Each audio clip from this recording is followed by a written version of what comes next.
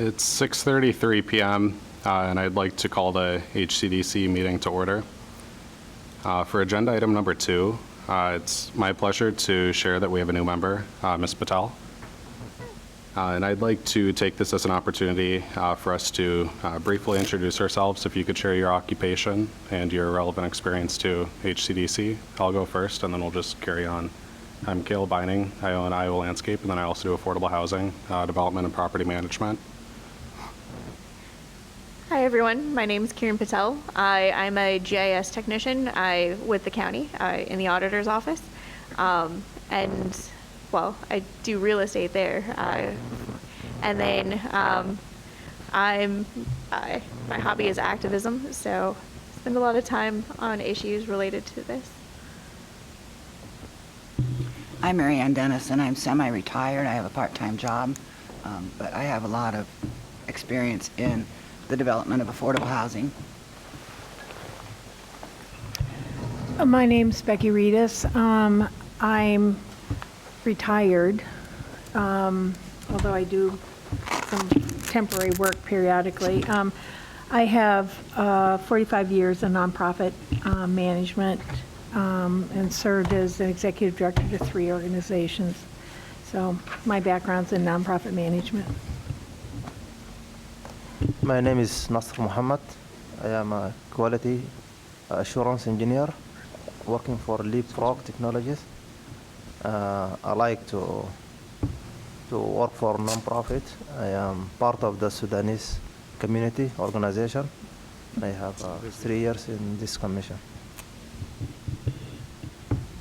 My name is Carol Croats, and I am not working. I'm a retired disabled person, and my background is in nonprofit management at the executive level, and I was selected by a national organization to be one of their 12 representatives to go into their member associations across the country and help them resolve issues that they were having. I've written a lot of grants in my lifetime, and I've been happy with some of them and not happy with the results on some of them, so I know what that's like.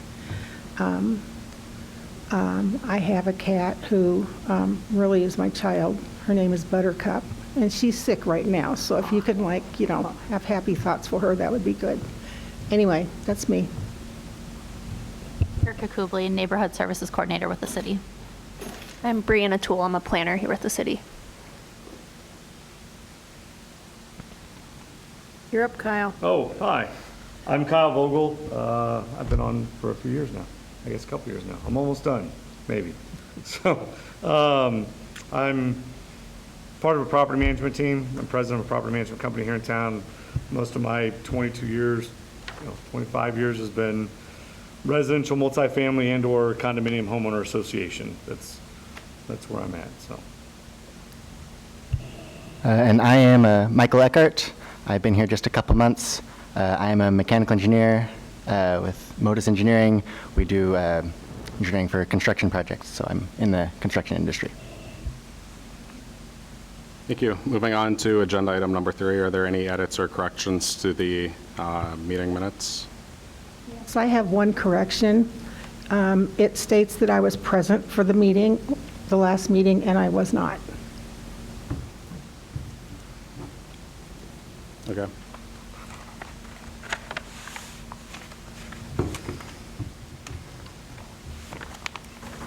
May I have a motion to approve the February 23rd? So moved. All in favor, say aye. Aye. Any opposed? Motion carried. Agenda item number 4, are there any public comments for items not on the agenda?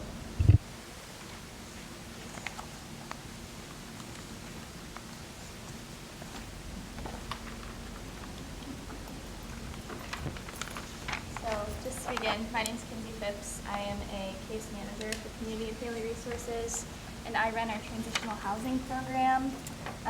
In the fiscal year of 2022, we served 13 different families. Currently, 10 of 10 2-bedroom apartments are filled, and we have 1 vacancy in our 3-bedroom. Our other 3 bedrooms. Excuse me, Chairperson, isn't Isn't this on the agenda? I mean, as part of the funding?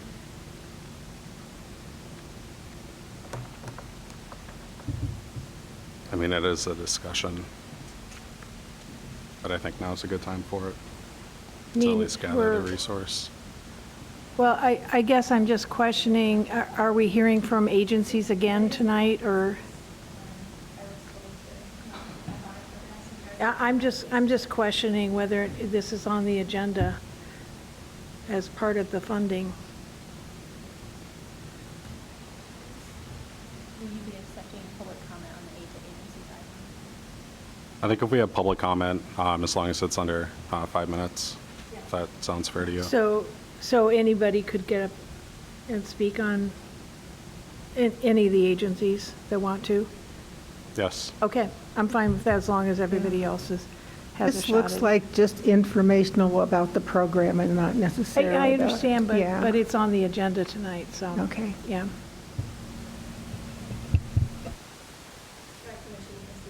Yes. So yeah, I'm just here to provide a little bit more information about our program so that you guys are aware who we are. Average stay for families in the transitional housing program is 24 months. In some cases, they're eligible to receive a 1-year extension. Services offered to those that are in transitional housing include case management, so parenting, budgeting, family readiness, substance use counseling, mental health counseling. They have to have a substance use mental health due diagnosis to enter our program. And have to be experiencing homelessness. We also enroll them in a grant called the TIE Grant, Treatment for Individuals Experiencing Homelessness, where they get additional supports. In the past, we've used money to update apartments needed due to water damage so that we could move families in that were not in great housing situations before, improving their lives and the environment. Aid to agencies funding is used mostly to expedite move-in dates for our families. They're experiencing crisis in housing. And one barrier that we have is we typically use Section 8. Actually, we do use Section 8 housing through Iowa City Housing Authority to help fund our program, so they're who pays the rent. But a big barrier we experience is that our families are in housing crises and they don't often have a permanent address or documentation to provide for Section 8 in order to fulfill that process. So what we've done is provided them with the apartment early, and given them a safe environment to start their recovery with us, and then aid agencies has helped cover that bridge before we get Section 8 involved. So we wanted to share a quick success story. Due to assistance through aid agency funding, a young mother and father this summer were able to move into their apartment early. It was a lifesaver. She had a 5-month-old child that was on oxygen, receiving additional care post-delivery. She was homeless and utilizing the Ronald McDonald House. Her time there was up. The baby was getting discharged from the hospital.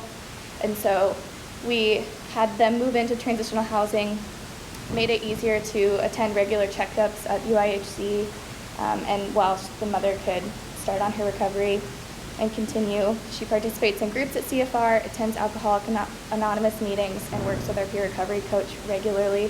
Both parents have been able to maintain sobriety while in our program. The Department of Human Services closed their case because of their success. The baby was involved in DHS because it tested positive for methamphetamines. Without early move-in due to agency funding covering rent while qualifying for Section 8 housing, there would not have been anywhere for them to go. So we really appreciate the help, and we just thought it would be helpful for you guys to know a little bit about what we do and how we serve the community. Thank you for your time.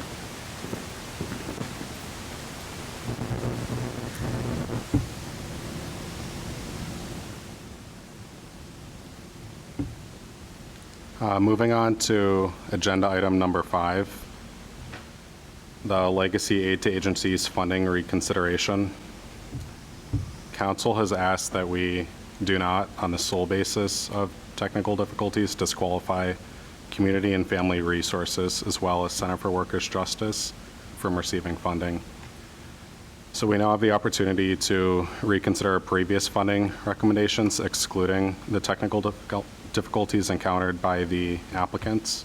Is there any discussion or reconsideration of the allocations from the FY24 Legacy Aid to Agencies funding recommendations from the January meeting? Is it possible to just revert to what we had agreed on when we first took those into consideration, what was it, in November? Didn't we set those levels then? But then, and I know I wasn't at the January meeting, but that was where the commission decided, well, let's take into consideration that they were late and that those changes were made. Can we not just revert back to what we all agreed on in November for those levels, or was that not an option? I wouldn't, right now, that wouldn't be an option for me. Oh, okay. And I'll tell you why. I actually would like staff to explain a little bit more about the zero funding recommendation for CWJ. Couple of issues. There were items that, well, in the application, there were items where they were going to provide services outside of Iowa City, which isn't permitted with these funds. There were some lobbying and advocacy items in there also that wouldn't be considered appropriate. And then if you could speak a little bit about, they received money for ARPA money from Iowa City, Johnson County, North Liberty, and Coralville. Do I have that correct?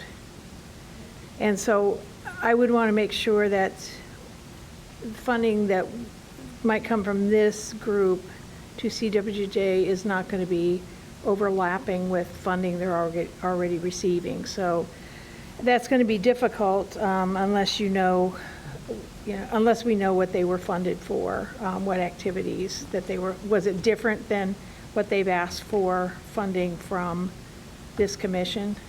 The ARPA funding is specifically for wage theft, so they received funding, I believe it's over 3 years from different local entities. Okay. How about anything else that had to do with the zero funding recommendation from the city staff?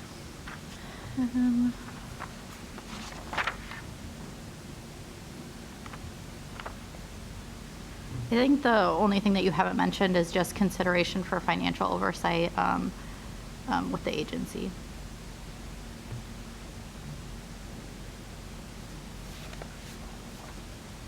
I think, first of all, I'd just like to say that my comments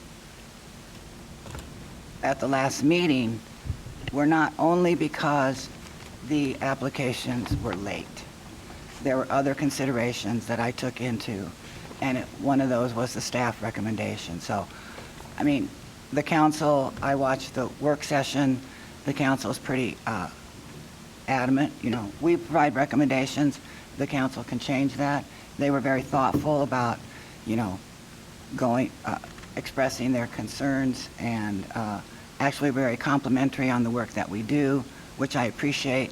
But, so, I think, you know, if we want to go back to the original one, and then, that's fine with me. But the memo that came out in our packet about the policies that are determining the use of aid to agency funds and eligibility, and one of the second recommendation from the committee was for greater transparency in the decision-making process. Example given, full funding to top-rated applications or partial funding based on objective scores.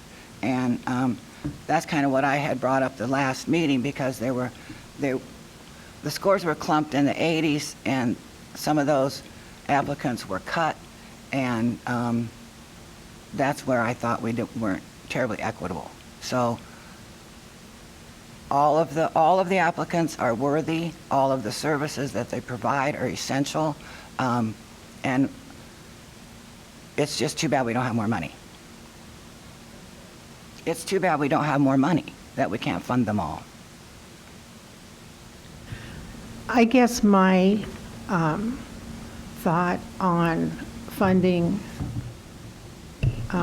at this time is also, I haven't changed my view since the last time, and that was that I didn't agree with funding them. And there were, and a lot of it was because of the other considerations. I placed some emphasis on the lateness, but there were other problems with the application itself. And then, you know, like the staff has said, the financial oversight of the organization, there's a big question about that. And the score was very low, almost half of what the top score was. And so I just feel like at this time, my opinion is that you don't fund them at this time. Thank you. And again, I do appreciate the city council's input. I agree with the city council on their consideration for this matter. The lateness shouldn't be the factor determining for funding this organization. And this organization also scored low because some fellow commissioners decided to give them 0 in their application. So when you receive 0 in one subject, the overall score will be low, absolutely. Did you, so I gave my scores. Did you incorporate and did you come up with a new score for CWJ? We didn't change what was in the packet. The last time, I think it was Kyle, when he submitted late scores, we did a late handout and used that as you can make your case on why you feel it should or shouldn't be funded. So my score was, I don't know, 61 or 62. I know it wouldn't have, it might have gone up, but they're still under 70. So if you look at the application, and they're describing services. The first section is all worker abuse and wage theft, and so I'm assuming those are the kinds of things that are getting funded under ARPA, correct? Yeah, I believe it's, I believe so. I believe it's staffing that is mostly being funded with ARPA. Okay. So under affordable housing,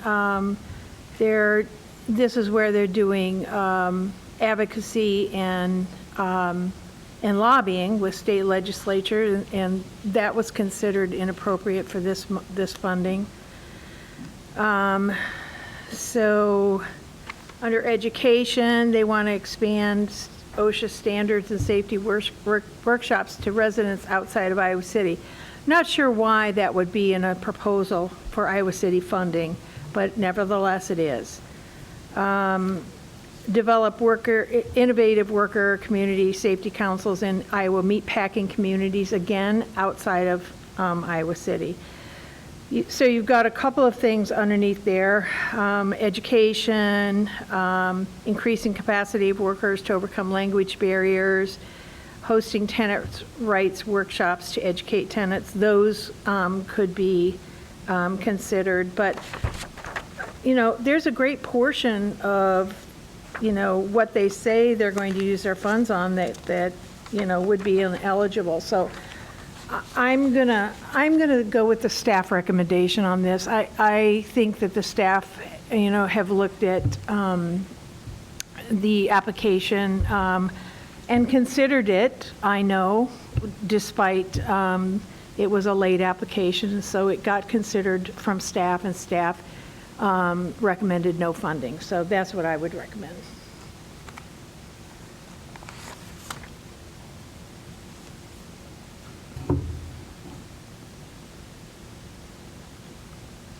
I would have to agree with Ms. Reedus. I think just looking at the scoring and the recommendations that did come from staff, they match up with our decision to not fund, excluding that basis of the technical difficulties. So I'd be in favor of following our previous recommendations as well as the staff recommendation of no funding. As a matter of just a question, if for some reason this commission does vote to stay with the staff recommendations and have no funding, and it goes back to the city council, the council at that point can overrule us and decide what they want to do. Is that correct? Yes, I believe that's correct. I think that's a fair way to do things. In which case, we're just sending back what we already sent them. Right. Correct? No. Now we're taking away the late factor, and But still, even with that's that what, consideration. yes, but that's what they asked us to do. But I'm saying that doesn't affect Right. it would not then be affecting what the January decision was that was sent to them. Correct, because Right. it wouldn't be taking into account the late factor. It was the other issues with the application.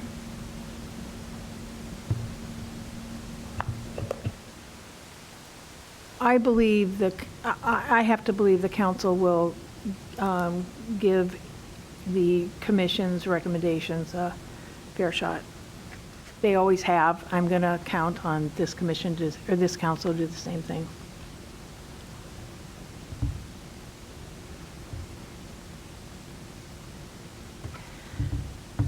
It seems to me like I'm hearing a consensus. Would we like to take a vote now? Well, I have another question, though. Community and Family Resources, am I saying it right? Has not been discussed at all.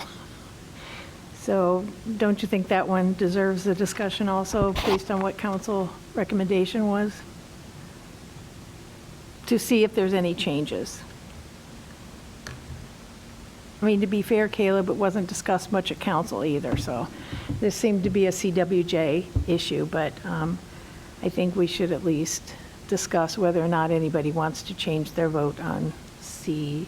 And I guess my argument there is even not taking late into consideration, which, you know, in November, I was a proponent of not taking late into consideration, and those were, even then, I believe we all agreed that there wasn't, I guess, enough from the application to fund them. So, I mean, maybe that's why council didn't talk about it, because I think even taking that out of consideration, none of us thought at that point, it was unanimous not to give funding. I mean, the only one we had any disagreement on really was the Center for Worker Justice, and it was really based on do we or don't we. I mean, I think I'm probably the average funding recommendation probably is the 5,000. I mean, I am a believer a little bit in the fact that we've made these new people legacy aid to agencies, and it feels weird to go ahead and let them in, and in their first year asking for money to say, no, we're not going to give you anything.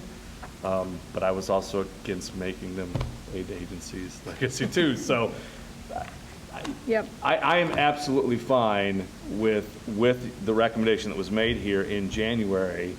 You know, that recommendation was made. I think even taking away the consideration of the fact that those two were late, which, like I said, I didn't think that technicality mattered overall. But even with that, it sounds like this committee, for both of them, still is of the opinion that those two just don't get funding this year based on the strength of their application. Yeah, I'll just say that I did score them as I was asked to, and I scored them at 30, so it won't raise their score. Tend to talk too loud. I'll turn It it back won't, on. it won't raise their score at all, so I just wanted them acknowledged that we were asked to not consider two agencies' late applications, so I'm fine with what you said. I make the motion, I'll turn it back on, just make sure I get it on the record. I make the motion that we, after consideration of the applications on their merit, minus any consideration that the two were returned late, that we send City Council our recommendation back to City Council as presented from the January meeting. All in favor, say aye. Don't you need a second? Oh, sorry. Second. So that would fund CWJ at 15. Oh, no, I thought the January one was nothing. Oh, okay, Yeah. It So was. the November recommendation was okay. when I convinced I'm- everybody okay, to let me got have it. 15 for them, but the January recommendation was, I'm gonna turn this back on. The January recommendation was what was presented that council Okay. wanted us to reconsider, and my motion is that it's been reconsidered and we present it back to them as it was presented after January.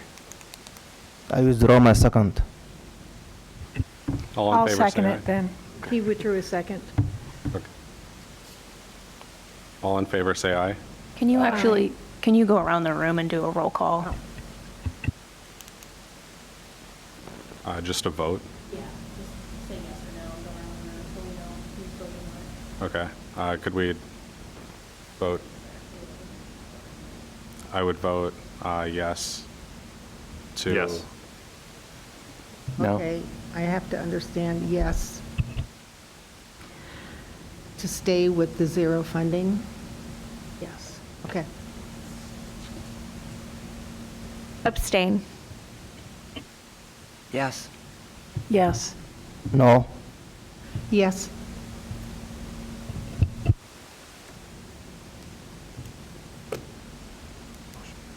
I think you need 5 to pass. 1, 2. You need a majority of those present with Kieran abstaining. I think that's 4 in favor, correct? We have 5 in favor total. 5 in favor? Okay, And we pass regardless. okay. Motion passed. Moving on to agenda item number 6, the emerging aid to agencies funding recommendations. Is there any discussion or consideration of the FY24 emerging aid to agencies?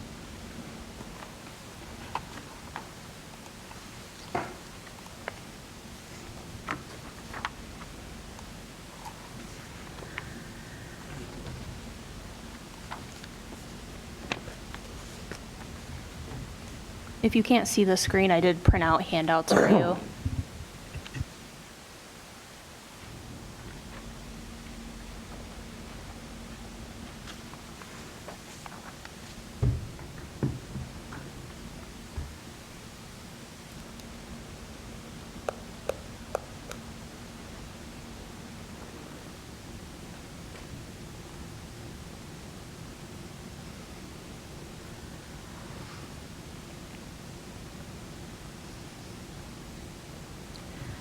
Well, we have 1455 remaining of the commission average recommendations. Do I read that correct?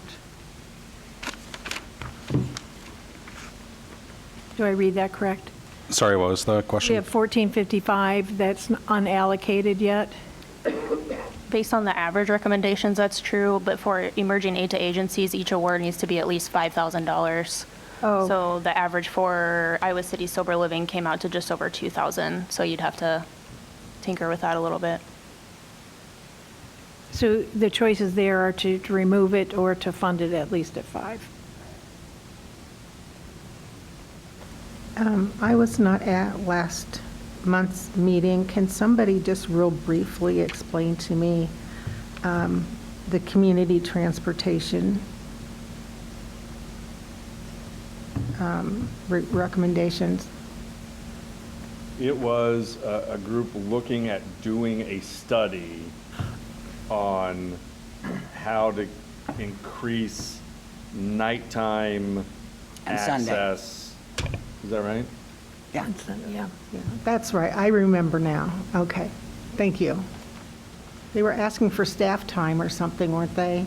Right, to run. For a study. something they're currently not doing? Yeah.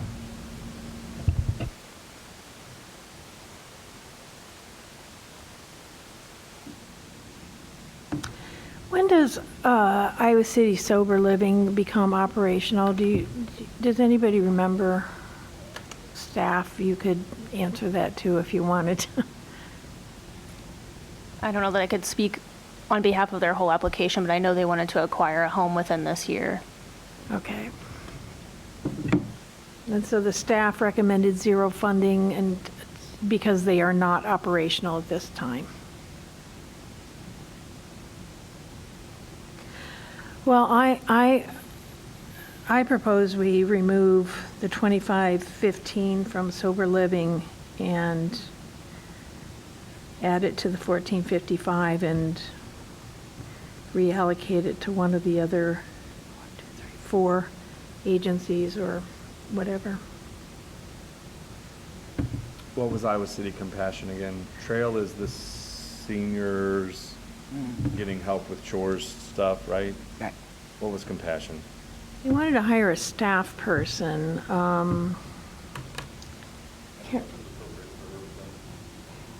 Not really.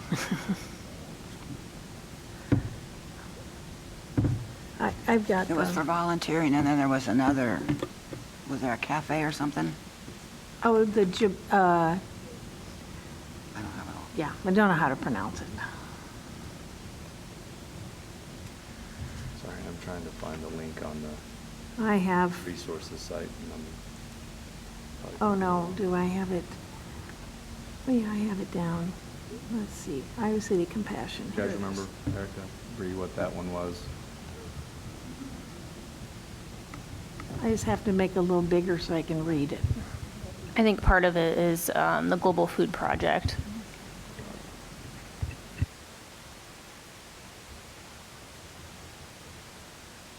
I'm just trying to think if we reallocate, where is that reallocation going to make the most difference?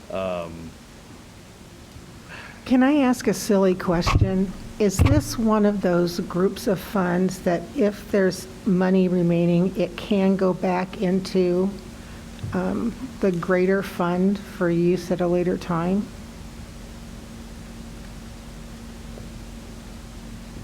If there's remaining emerging funds, are you saying?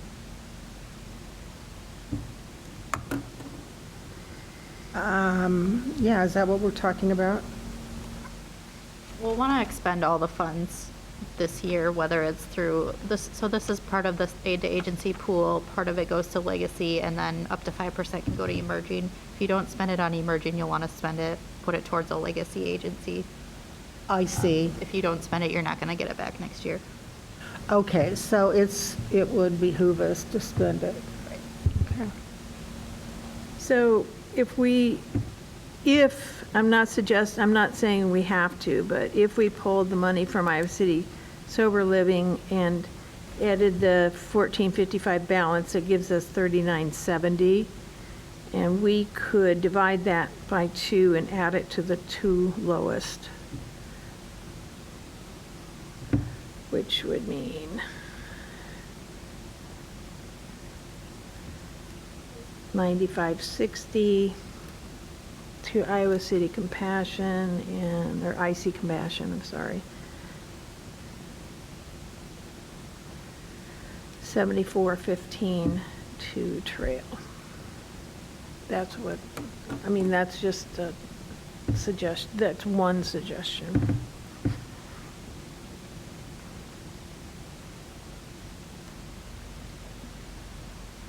Can you repeat your number again, Becky? Can you repeat your number?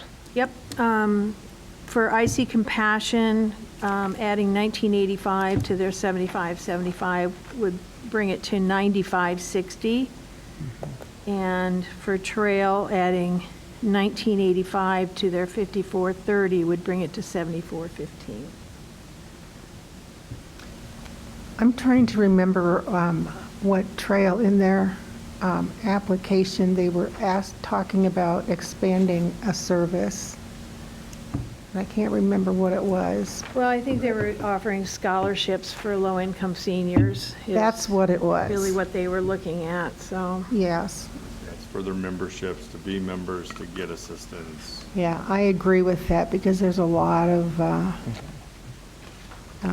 income insecure seniors. And it's absolutely a, what's the word I'm looking for? Population group we don't see come through with requests for money through here very often. I mean, I was surprised. It's not a program I'd even heard of until he presented it last month. So it would be, I think it would be worthwhile. It would absolutely help because their membership stuff wasn't that much. So it would make a bigger difference for them for sure to be able to fund more. Well, they were asking for 9,000, so it gets them a little bit closer Yeah. to that. And it gets closer to staff's recommendation. I mean, that puts almost everything in line with staff recommendation aside from our Healthy Kids school-based clinics being a little higher. But, I mean, I think that's in line with what our goals are. I mean, I do hope sober living can come back in the future.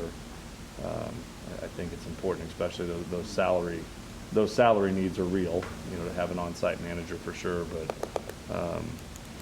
hopefully after that gets up and running, it'd be nice to have them come back in a later round of stuff. I agree with that, Kyle, and I also agree with what Becky's proposed. Well, I'm going to move that we fund emerging agencies. The recommendations for Healthy Kids would be $11,300, Iowa Legal Aid, $9,300, IC Compassion, $9,560, and Trail, $7,415. I second that. All in favor, say aye. Aye. Aye. Aye. Aye. Any opposed? Motion carried. Moving on to agenda item number 7, the CDBG and home funding recommendations. Is there any discussion or consideration on the FY24 CDBG home applications?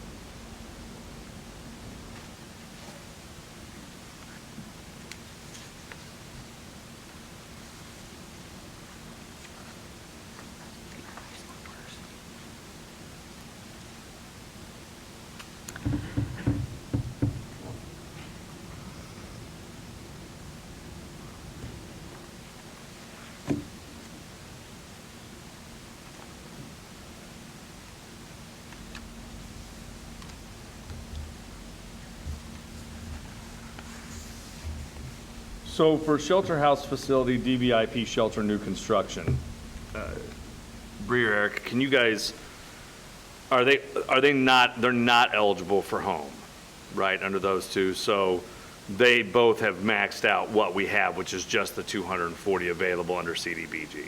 Okay. Correct. Neither of the projects received any of the ARPA funds. That was a question we had, correct? They went to neighborhood centers and free medical clinic, I believe. ARPA funds for construction and stuff.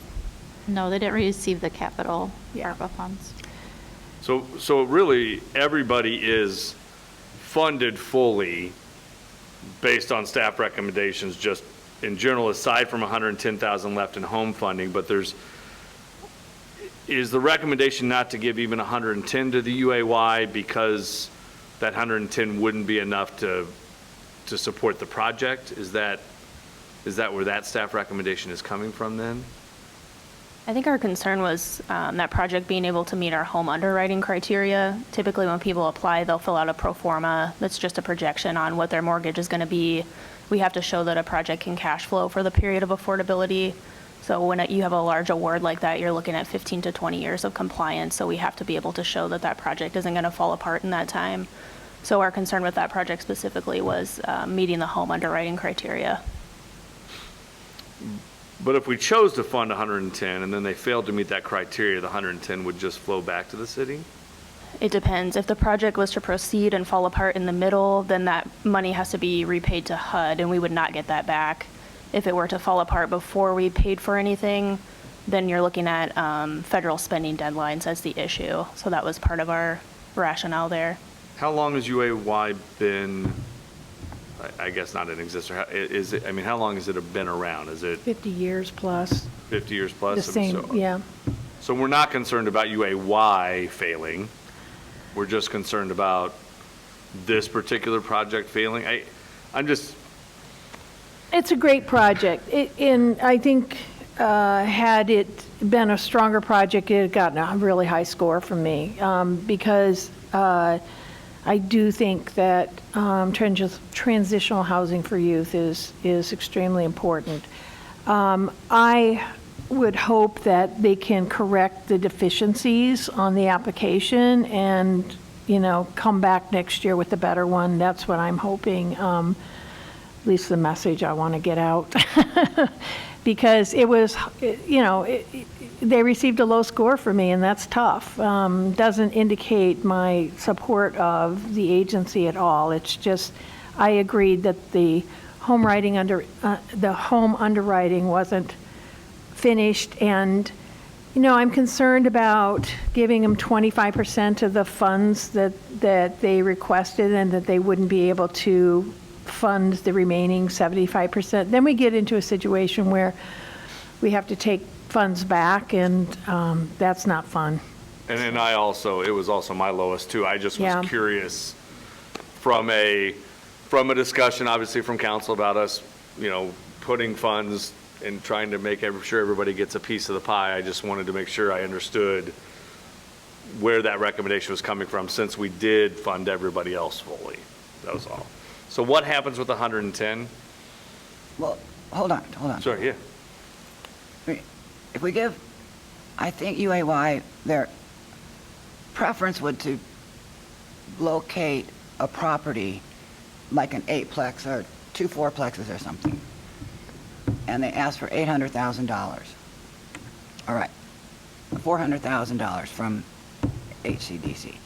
But $110,000 is $110,000 more than zero. And perhaps if we were to give them or recommend $110,000, they may be able to find something.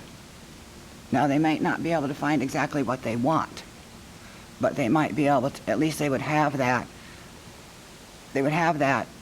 committed so that they could at least keep planning and at least try to do something. Could they also use it as leverage to other funding sources that they seek out? Absolutely, I would think so. Yeah.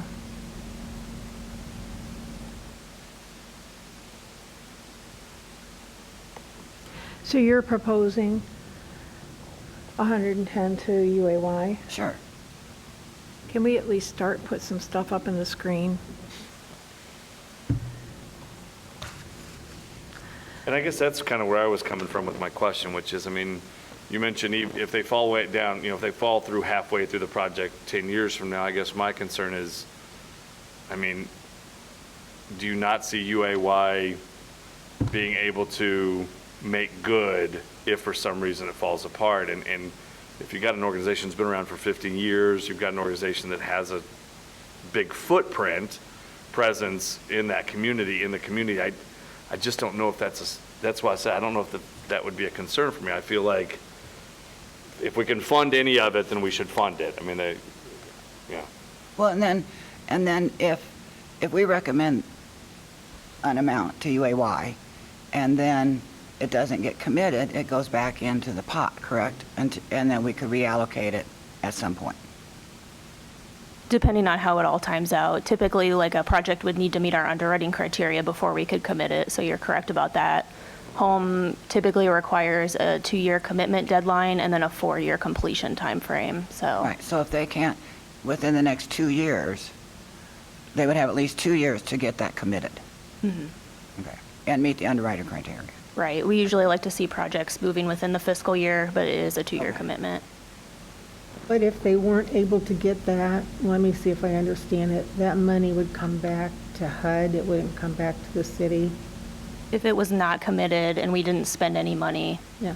it stays in the city. But we have spending deadlines where we need to allocate that, so the funding cycle is a long process, so. Okay, so that would be money that we would need to allocate to someone else on this list? Meaning now, or if the project were to fall If the apart? project wouldn't work out, In theory, yes. in theory, okay, great. Well, I'm sorry, has the city ever had a special round?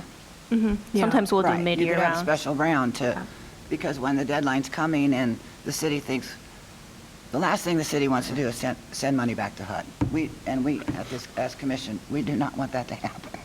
So, if we all know the timeframes and everything, then if UAY can't use this money, then it will come back to us and we could do a special round, or we could put it, somehow get it spent. So, this is where it really gets hard for me because there is just not enough capital money for nonprofits, not enough capital money for nonprofits. I'm going to say that again. They have a hard time raising capital money in the city because you're competing against, big entities like the U. So very difficult, but I'm going to propose that the other 130 go to Shelter House for the facility improvements, and I'd like to explain why. Because I know that that is a difficult thing for DVIP to hear. It's difficult for me to say, but I am not as interested in a second round of funding to DVIP as we've already funded them some money on this construction project. But I do think that if I'm correct in what I've read, they've got a phase 2, and so I hope that, I would assume we'll see them come back for a phase 2 funding.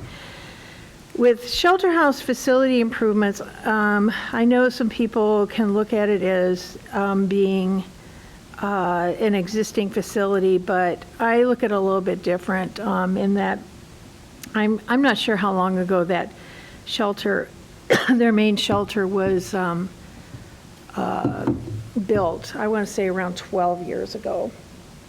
And at that time, well, in that 12 years, shelter services have evolved a great deal to the point now where they have, they're open 24/7, and with the mental, with the clientele and the escalation of crises, I think that physical changes that are proposed in their application are very necessary. Both the physical changes, and then I'm not sure how to classify that. I guess it's the sound barrier type things. I kind of had to look them up to see what they were. What are they called? Baffles or? The sound Baffles? Yeah. I didn't know what they were. It reminded me of the crisis center when we hung like these foam things outside the call room to try and absorb sound, and it didn't work. But increasing a line of sight, putting the physical barriers so that people can't hurl themselves off of a stair is all important. But when you're trying to de-escalate a crisis, I think that a sound barrier is important so that it doesn't escalate among other individuals. And the line of sight for the staff, I think, is very important in terms of not only for safety of clients and those involved in the crisis, but also in staff. And it's difficult to get staff to work in a type of facility where, there's danger to themselves. So I really do think that Shelter House services have evolved from my knowledge of what they were and what they are now. They do more winter shelter, so during extreme temperatures, and also the heat sheltering also. So my proposal would be to give Shelter House the $130,000 with my deep regrets to DVIP. I'm sorry. And it may not be taken, it may be voted down, and that's, fine too, but with the hopes that DVIP would, I consider their phase 2 to be a new project, and I'd be much more interested in funding that. So that's my spiel. Just to make sure I'm hearing you right, you're saying the full $240,000 to Shelter House? Well, that was my proposal, but I'm, if we're not going to fund UAY 110, then I would propose meeting Shelter House's request. If we do decide to do 110, I could support that and give 130 to Shelter House. 130 Shelter House, 110 to UAY. So are you UAY is suggesting home that fund. money be Right. taken away from? UAY is UAY home is fund? home funds. Oh. Shelter so- House is yes. CDBG. So two I'm different sorry, yes, funds. thank you for clearing Yeah, that up, no, no, yes, no. yes. Yeah, I knew that too, so, Okay, I'm yeah. sorry. Yes, so, So you're not suggesting that money be taken away from DVIP, or yes? yes, Yes. yeah, my proposal was to fund them at 240, yeah, Your proposal is to fund Shelter House at 240. right. But then you want no funding to DVIP? That was my proposal originally.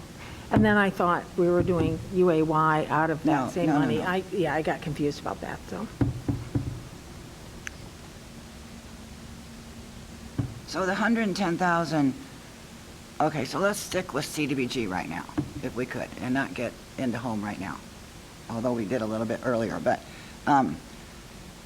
the Shelter House, $110,000, remind me what that would cover from their application. Was that the stairway?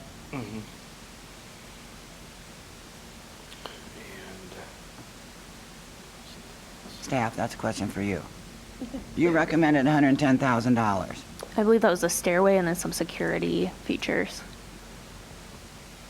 And can you remind me what DVIP was asking their 130,000, or what the 130,000 recommendation was for? It would go towards their capital campaign, phase 1 of 2, doubling the size of their current shelter, or doubling the size No. of what they No. currently can provide. Right, but it's new construction New for a new construction, shelter. right, yeah. New construction that hasn't started, but would be added to their capital campaign Right. to give it a boost, and That's the way I read the application, was that it was, is that right, staff? Yes, it would be adding it to a already existing construction project. They were funded one time previously with CDBG funds for the same construction project, which typically is not eligible, but since we funded it previously with federal funds, we've completed the environmental review and other things that would be an issue in that typically. I would like to see DVIP funded. Having worked with an agency that had a domestic violence shelter program, it is so necessary and so needed, and yet there have been a lot of cutbacks within the normal grants that they might get from the state and from the federal government, that I can see funding the DVIP for their construction.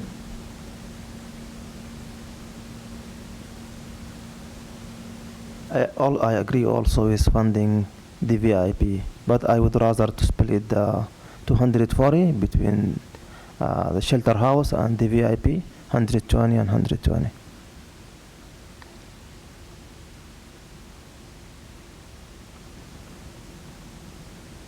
I'm sorry, I didn't understand what you meant. Okay, just splitting the 240 Yes. evenly between the two. Gotcha, okay. thank you.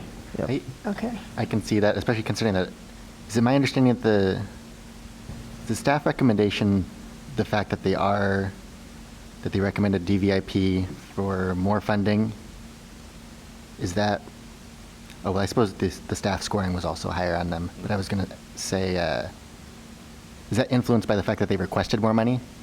Ours was based on score, and that is confusing with the way the spreadsheet is set up. This spreadsheet is sorted by HCDC score being the highest, so I think But considering that the HCDC scores are very, very similar, I think I can get behind moving it to be just evenly split, 120 and 120. I find it very hard to say to fully fund one or the other, just because, again, both of these are incredibly necessary, and it's difficult. But I think that it's not ideal, but I think it would be fair to fund them both equally.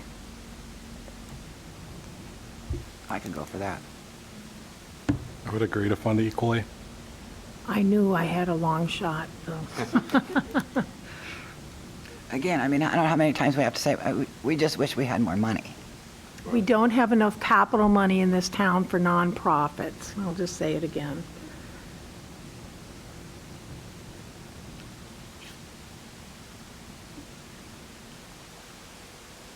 So do you want a motion on the CDBG? I think you can vote on it all together once you're done with the home side Okay. too.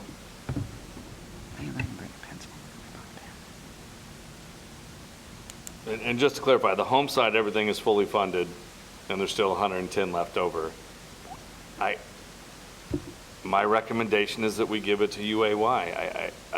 I think the ability to even buy, even to get a down payment or a new construction or start the process of procuring even one duplex or one fourplex is worth the investment by the community. And I think you're dealing with an organization that has proven itself as far as its long-term commitment. So that's where I'm at on it. I mean, I you know, I don't know where Just a everybody little else is. bit about the 110, or what was that you said in terms of That's where you got 110. what was left? The 110 at the bottom is what's remaining Yeah. after, sorry, Caitlin. I'm looking at After the wrong staff thing here. recommendations under home, So I have there was $658,000 available for home funds.